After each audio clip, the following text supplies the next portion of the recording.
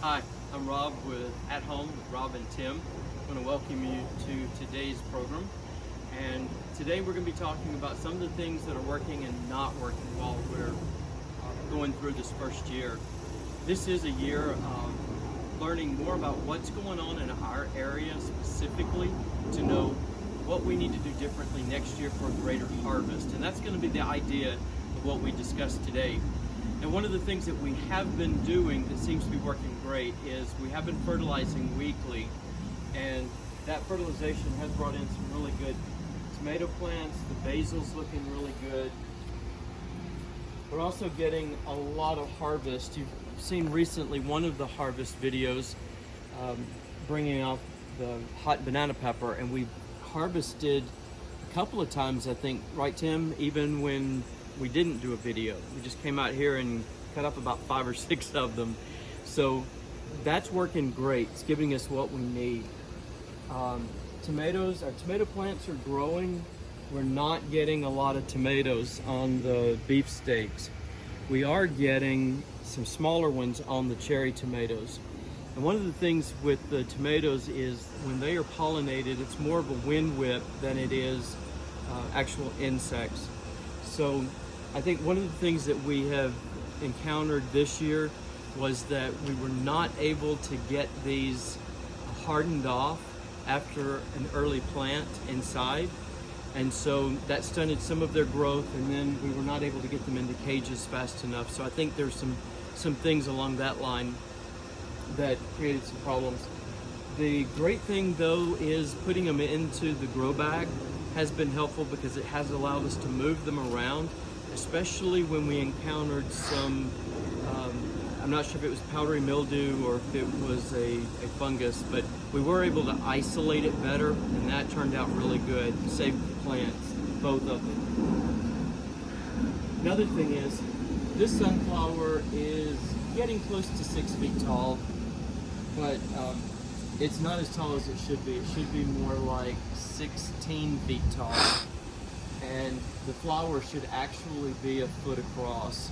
The reason that it did not get as big as it should have gotten is because it is in a grow bag, and the roots are not able to go out into the soil and really get established and be able to pull nutrients, pull the water that it needs. So why did we plant in a grow bag this year? Well, we had already started them, and we weren't able to get the ground tilled so that we could get them in place. So that was not really something that we had planned to do in the grow bag. It's just something we defaulted to. We've learned we're not doing this again next year. We will have everything ready. The okra's doing fine. We don't have any blooms yet, but that is coming. I've seen several of these that have, let me see. Tim, come on over here. And if you look right in there, those are the blooms getting ready to come out. You'll also notice a lot of growth down here and then on down lower. And we have other plants we can show that on as well, but that is actually very good because this is an okra variety that the more you cut, the more it's going to produce, so you just keep harvesting. So that means we'll have a whole lot more that we can share with our neighbors. This is one of the grand bell peppers. Coming along a little slower than what we had desired, but as you can see, we do have blooms. So we're going to be getting some peppers off of that soon as well. And let's come on down this way a little more. I think this okra plant right here shows the growth down below much better, much stronger. And what we'll do is, as these fill out more, we're going to come back in and separate them a whole lot more. Okra will get wide, and when we come in to harvest, we're not going to want to have a lot of other okra around it. We want to give it some space. Another one of our grand bell peppers. Let's come on around this way. This is one of our wins. Each of our privacy panels, we did want it to be something that would give us a little privacy in the backyard. at the same time be functional with the plants. And we've got sweet potatoes growing up. These are looking really good. Now, when I came out about an hour ago and watered, they were wilting, and it's just because it's so hot and we're not able to water right now in the mornings. But Tim, if you'll come around here, and you'll look how much shade this is producing right here. That is helping to keep more moisture into the container for the sweet potatoes, and that is allowing them to really sustain some of this heat or endure the heat that we're going through. And it is noticeably cooler behind there. Now this one does have some cool, but some of these others that we built, because this was lattice that was already pre-configured, but we did do some cutting, and on these others we cut slats, we put them in, and that has given us some great cool down behind those as well. So again, it does cause a lot less evaporation even in all of this heat.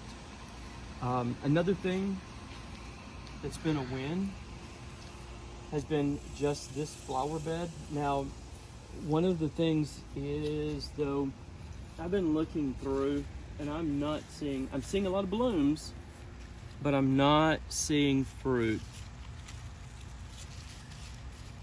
And I believe this is, all right, that's spaghetti squash, but no, they're crossing. Yeah. I think this is cantaloupe. I think this is one of the cantaloupes. Yeah, and that's a problem.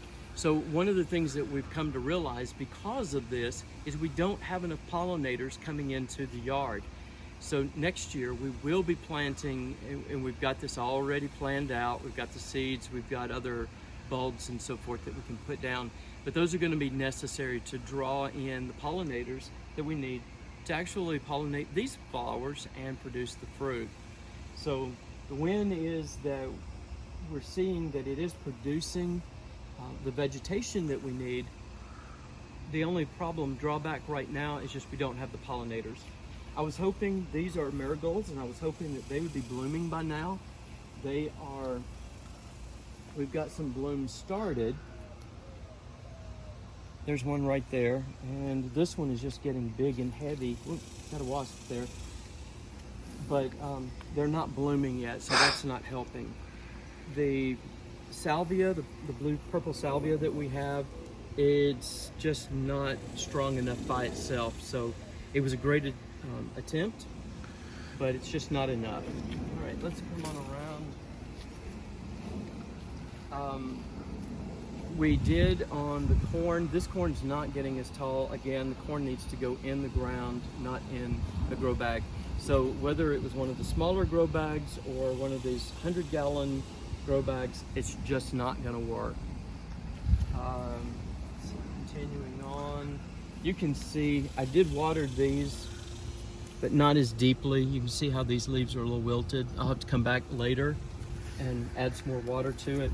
And yeah, these are dry too. So I may have actually missed this when I was watering earlier. And if that's the case, that's actually a good sign, because if I did miss it, they're still looking good. The sweet potato vines are just a little wilted right now. And then we do have the zinnias. These have been attracting some pollinators. I have seen some butterflies back here on them. That's good. I had them spread out a little more, but I think one of the things that's helping them is by having them closer together, it is actually helping to keep a lot more of the heat on the outside than it is on the inside, which is drying them out as well. And I think, I got one more thing to show you, and that is with the strawberries. I was doing some research, and come on around, let me show you. All right, so the idea was that we were going to take these stolon, and we were going to root them into another container, and we were going to take that and produce more plants. Well, because of the way this is set up, it just wasn't going to work, so I kept doing some research. And what I found out is we can actually cut these, And the timing on this is just perfect. See, Tim, if you'll come right on down. This right here is about to produce roots. And so as long as we see that right there, we can go ahead and cut this, and we can cut it about 1 inch up. And then we've got a blessing because we've got another one down here. So we would cut this about 1 inch, about 1 inch here. It also has roots started. And then we would take this one off. We're gonna lose that one, but that's okay. Now, none of these, all right, that one's not quite ready. There's a good one too. Look at there. It's got some good stuff started.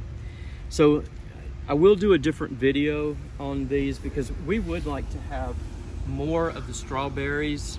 If you'll look at this over here, we've got strawberries growing in here. Now these are small, and we do have something that's eating around. We've got to figure out what that is.